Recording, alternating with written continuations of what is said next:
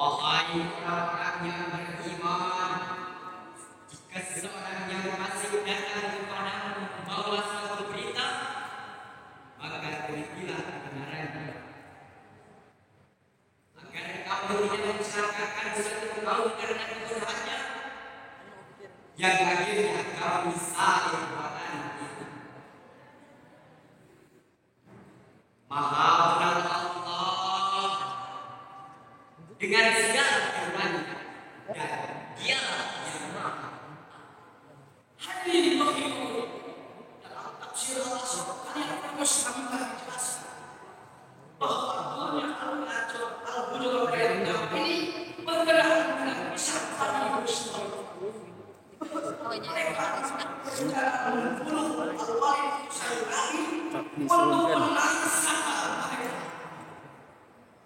Tapi hadirin, dasar orang-orang yang sebenarnya Bani Muslim itu datang berduyun-duyun menyambut kata-kata al-walid untuk membayar zakat. Maka kata asing yakin artinya membohong banyak melakukan dosa. Dasarkan ini harus kita lakukan antara lain. Kita tidak boleh berjalan informasi dan melakukan propaganda. Kita harus melakukan cek dan dicek yang dibuat berkali-kali agar tidak terjadi konflik. Rasulullah SAW pernah berpesan kepada ia membuat kali menghindar banyak diri dan kedua yang diri tanda bahwa sebab Tuhan akan mengiring kepada keburukan dan keburukan akan mengiring kepada neraka. Hadis riwayat Bukhari dan Muslim. Pada kesempatan ini kami mengajak hadirin untuk menyampaikan salam rindu kepada Nabi Muhammad SAW, sang penerima wahyu Al-Quran.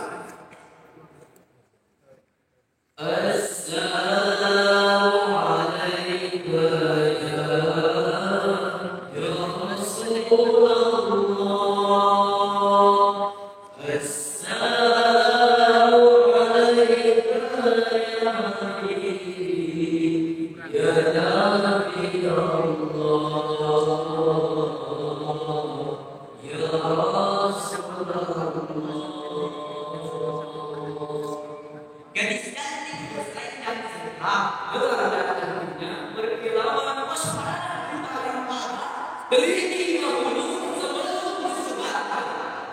Kalau kemudian ambil kesimpulan mereka maksudnya sebagai sosial yang mengancam kesehatan bangsa. Nah, yang kedua, pemerintah harus bertindak tegas atas penyebaran dan promosi hoax. Bapak, Ibu, Dewan Juri, cukup sekian syarat kami. Mohon maaf atas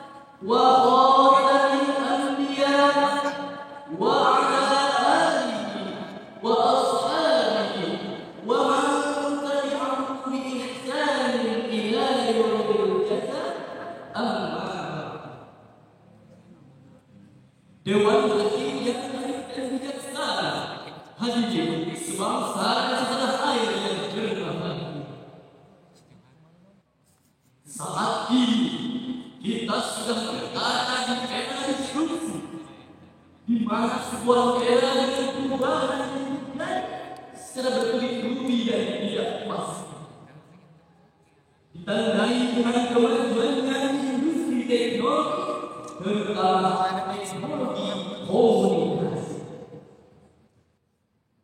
Kini manusia dapat terhubung kapanpun, dimanapun, dan dengan siapapun jika mampu memanfaatkan teknologi digital.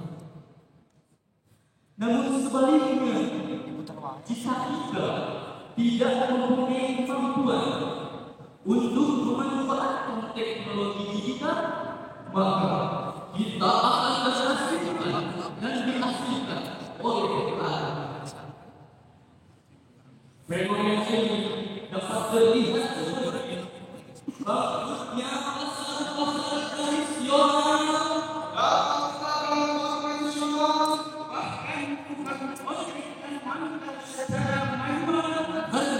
semuanya dialihkan secara virtual dan digital.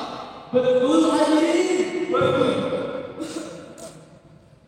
Dari data yang dikeluarkan oleh Asosiasi Penyelenggara Jasa Internet Indonesia, bahwa jumlah pengguna internet pada 10 Maret 2023 mencapai 215 juta.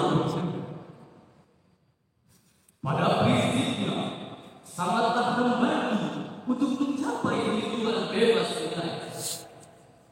Jika dimanfaatkan dengan dakwah Islamiyah, maka akan sangatlah potensial.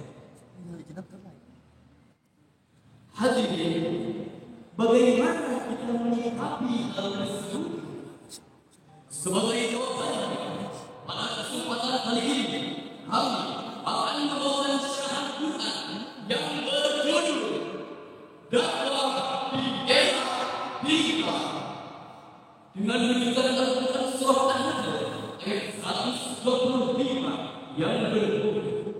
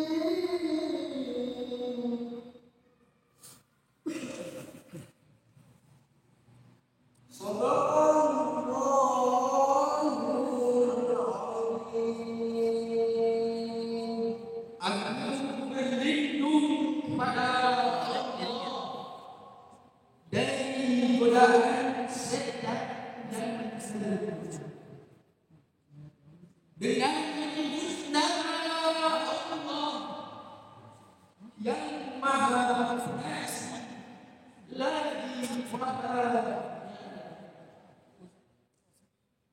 Maha dengan hikmah dan pengajaran yang baik, dan berdebatlah terhadap mereka dengan cara yang baik. Sesungguhnya Tuhanmu, Dia yang lebih mengetahui siapa yang sesat dari jalannya, dan Dia yang lebih mengetahui siapa yang diberikan petunjuk. Maha Kaya Allah dengan segala firman-Nya. Dalam kajian ilmu balaghah, ayat tersebut menggunakan gaya bahasa Arab, yakni instruksi dari atasan kepada bawahan, yaitu perintah Allah Subhanahu wa Ta'ala kepada Rasulullah Sallallahu Alaihi Wasallam dengan umatnya untuk menegakkan dakwah.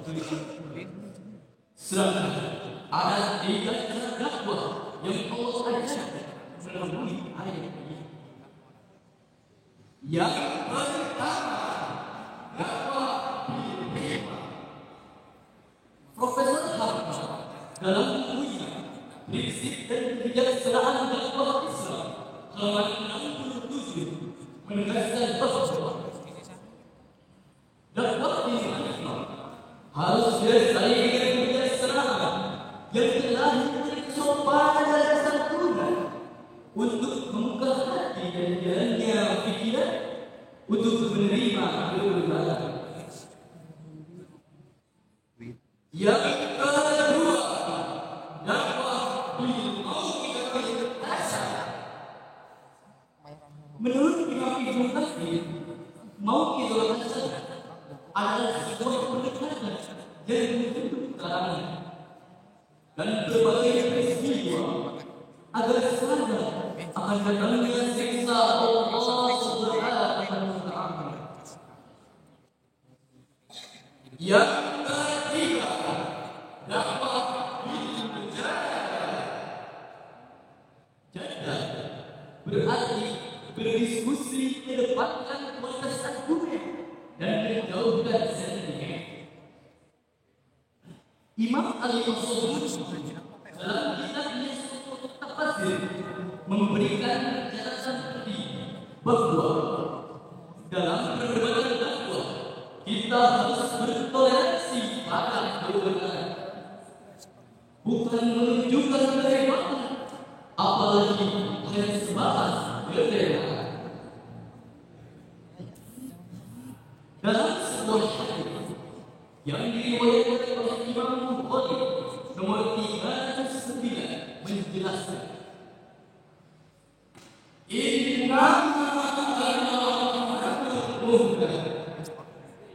bahwa Rasulullah Sallallahu Alaihi Wasallam hadir sebagai rahmat bagi semesta alam. Dari syarahan tersebut kita bisa ambil kesimpulan bahwa dakwah harus terus mengalir bagaikan air dari dataran tinggi ke dataran rendah untuk menyirangi dunia peradaban manusia. Sebagaimana halnya air, dakwah juga harus mampu beradaptasi dengan sains dan teknologi. Oleh karena itu, kita hadirkan dakwah yang menggunakan nama, dakwah yang menginspirasi kepada batin, dakwah yang mengajarkan teknologi, dakwah yang menunjukkan Islam bukan Islam teknis, Islam rahmatan lil alamin. Amin amin ya rabbal alamin. Demikian syarahan Tuhan yang dapat kami sampaikan. Kurang lebihnya mohon dimaafkan. Pergi ke pasar membeli apa? Untuk diukir dijadikan mainan. Mohon maaf atas segala kesalahan. Karena al-insanu ma'al khata'i wa hisyan. Billahi taufiq wal hidayah wal ridha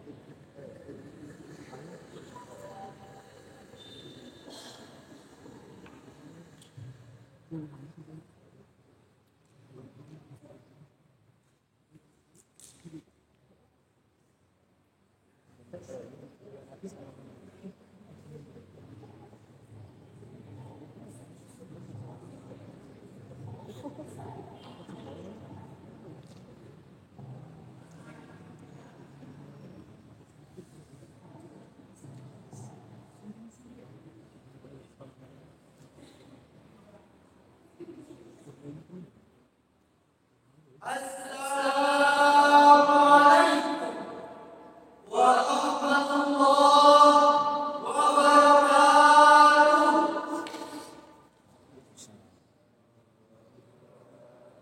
Alhamdulillahilladzi allafa baina qulubina. Wassalatu wassalamu ala sayyidil Mustafa wa ala alihi ahli sidqi wal wafa. Dewan Hakim yang kami muliakan, hadirin sekalian, beserta teman-teman yang kami banggakan. Salam sejahtera untuk kita semua.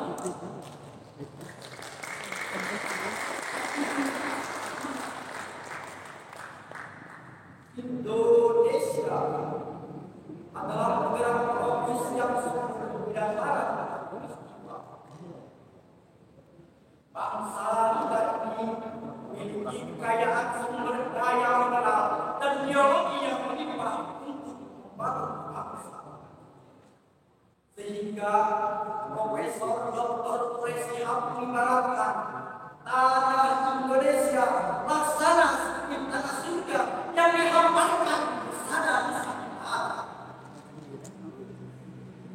Jumlah Indonesia telah lebih 254 juta jiwa, merupakan potensi sumber daya manusia yang sangat strategis bagi pelaksanaan pembangunan bangsa menuju masyarakat yang adil, makmur dan sejahtera. Kondisi ini dapat diwujudkan dengan memperkuat spiritualitas, proses mediasi,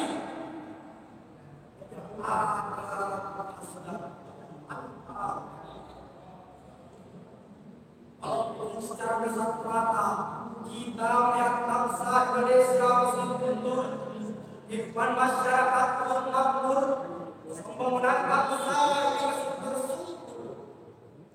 Kualitas sumber yang sama yang kita miliki belum sepenuhnya dimanfaatkan oleh bangsa. Campurannya Pak. Perekonomian, sosial, budaya, sains dan teknologi masih dicengkram oleh bangsa lainnya. Kan dimangan Kita terus. jadi bangsa yang sangat tergantung pada mereka. Bahkan di bangsa ini kita terkesan menjadi budak mereka. Inilah kondisi real bangsa di masa lalu. Bagaimana solusi dari persoalan tersebut? Sebagai jawabannya, pembangunan spiritualitas menuju Indonesia tangguh. Ta'jid rohanya nahwa Indonesia semua. Strengthening the intellectual resilient leadership. Itulah hal yang akan menjadi judul usaha kami pada kesempatan saat ini. Dengan landasan bahwa marilah kita simak firman Allah dalam Al-Quran surat Al-Qasas ayat 7.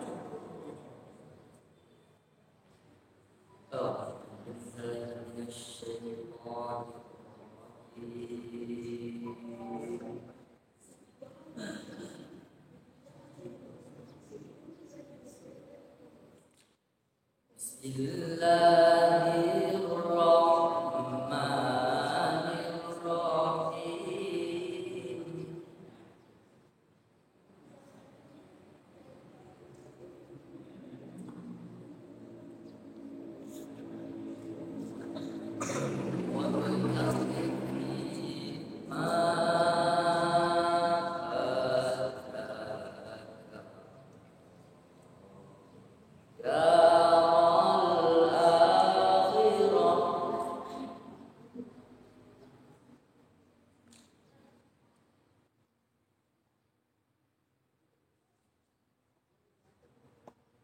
ولا تنس نصيبك من الدنيا وأحسن كما أحسن الله إليك.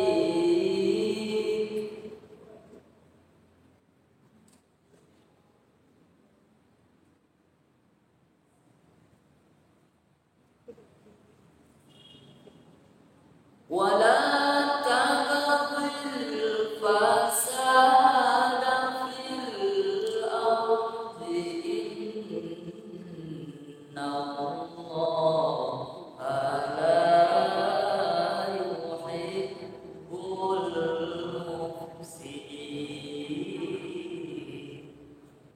Hamba berlindung kepadamu ya Allah dari godaan setan yang berguna dengan menyebut asma-Mu ya Allah yang Maha Pengasih lagi Maha Penyayang, dan carilah pahala negeri akhirat dengan apa yang anugerahkan Allah kepada. Tetapi janganlah lupakan bagianmu di dunia dan berbuat baiklah kepada orang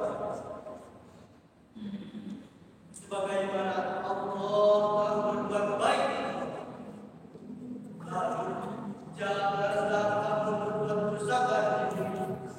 Sungguh Allah tidak menyukai orang-orang yang berbuat dosa.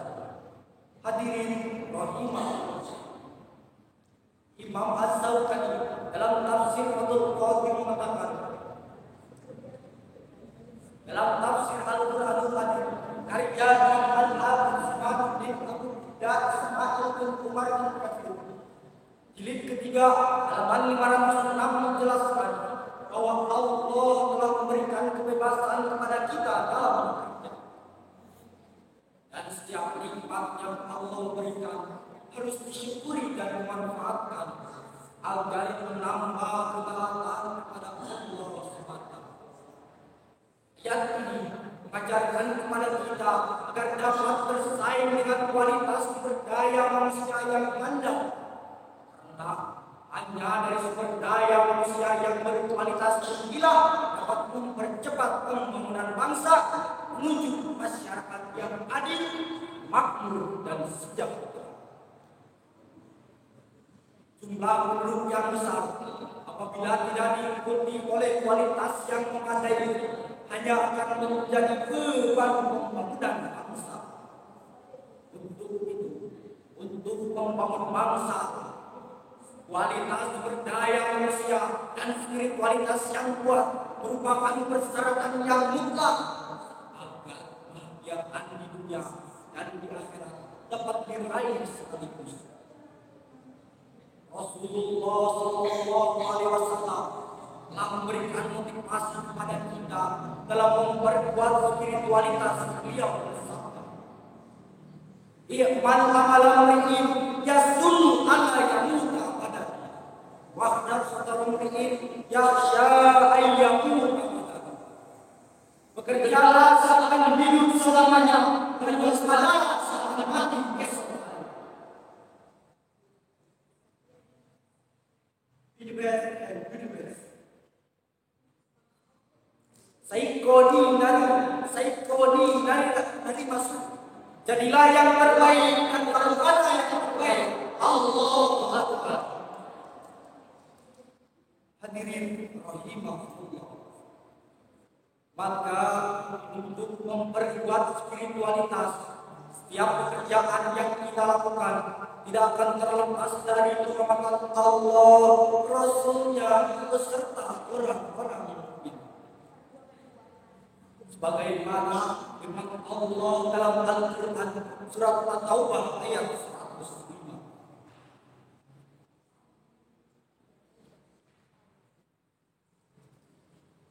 Wa qul ya'malu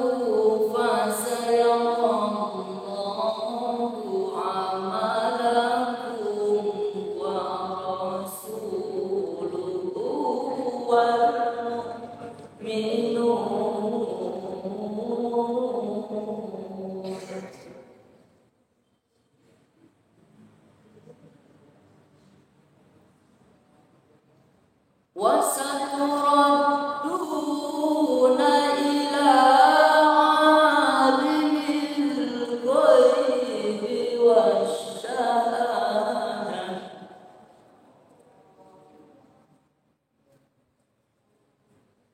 فينبئكم بما كنتم تعملون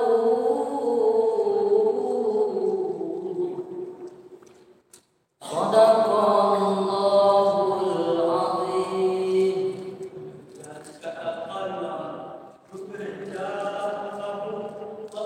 Allah dan Rasulnya serta orang-orang muslim akan dengan pekerjaan dan kamu akan dikembalikannya kepada Allah yang mengetahui akan yang gaib dan yang nyata. Lalu diberitakannya kepada kamu apa yang telah kamu lihat. Maha besar Allah yang Maha. Hadirin rahimahullah. Imam Az-Zawqani dalam tafsir Fathul Qadir mengatakan, wa qul i'malu fasayarallahu amalakum. Ay anna amalakum la yakhfa 'ala Allahi wal rasuli wal mu'minin. Fasari'u ilal a'malil khair wa ahlisu amalakum. Sesungguhnya pekerjaanmu tidaklah terlepas dari pengamatan Allah, Rasulnya beserta orang-orang yang beriman. Maka bersegeralah pada pekerjaan yang baik, lalu sucikanlah niatmu akan pekerjaan tersebut. Hadirin rahimahullah. Dr. Ismail Sabri Abdullah, seorang pengamat dunia, ketika mengatakan umat Islam sekarang ini termasuk bangsa Indonesia adalah umat terbelakang, umat terlemah, jauh dari bangsa-bangsa lain. Kita jauh tertinggal oleh Amerika yang ateis, Kita jauh tertinggal oleh Cina yang komunis. Kita jauh tertinggal oleh masyarakat yang liberalis. bahkan kita jauh tertinggal oleh Cina yang komunis sosialis. Betul hadirin. Mengapa mereka dapat maju sedangkan Islam tidak? Jawabannya karena mereka memiliki kualitas sumber daya manusia dan spiritualitas yang kuat, sedangkan kita masih dililit oleh mental statis, pesimis dan mengemis. Padahal Rasul telah bersabda dalam hadis yang diriwayatkan oleh Imam Ahmad, Innallaha yuhibbul mu'minal mu'minina. Sesungguhnya Allah mencintai orang-orang mukmin yang bekerja keras. Oleh karena itu, wahai para pemuda bangsa, bangkitkan bangkitlah, songsonglah masa depan dengan giat dan berusaha. Tinggalkanlah rasa berbalas-balasan, isi masa muda dengan giat dan berusaha. Ingat, insan pemalas tidak akan merasakan manisnya madu, tapi akan tenggelam dalam pahitnya bedu.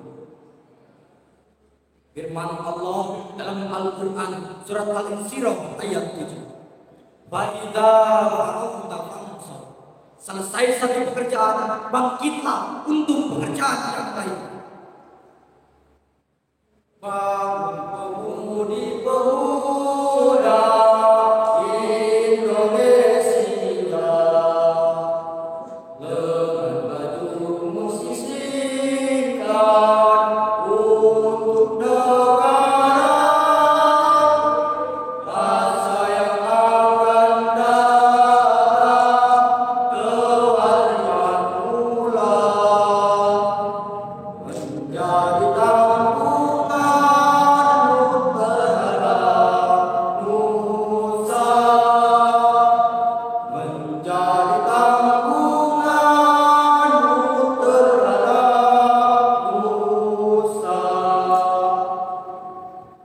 Sebagaimana lilin yang tidak akan menyala tanpa api, begitupun bangsa ini tidak akan maju tanpa spiritualitas. Simpulannya, spiritualitas merupakan sikap kreatif yang melahirkan sikap obsesi dan produktivitas yang kuat. Semoga dengan memperkuat spiritualitas, bangsa kita dapat maju dan sejajar dengan bangsa-bangsa lain yang telah maju, sehingga menjadikan bangsa kita ini baladun thayyibatun walaupun ghafur. Penutup kata Antun Karmina, air beras warnanya keruh, memperkuat spiritualitas Indonesia kamu. Pohon selasi, pohon dadap, terima kasih, pohon maaf. Wa quli malu fasayarallahu amalakum ilal liqa'i ma'assalam insyaallah. Akhirul kalam, wassalamu alaikum warahmatullahi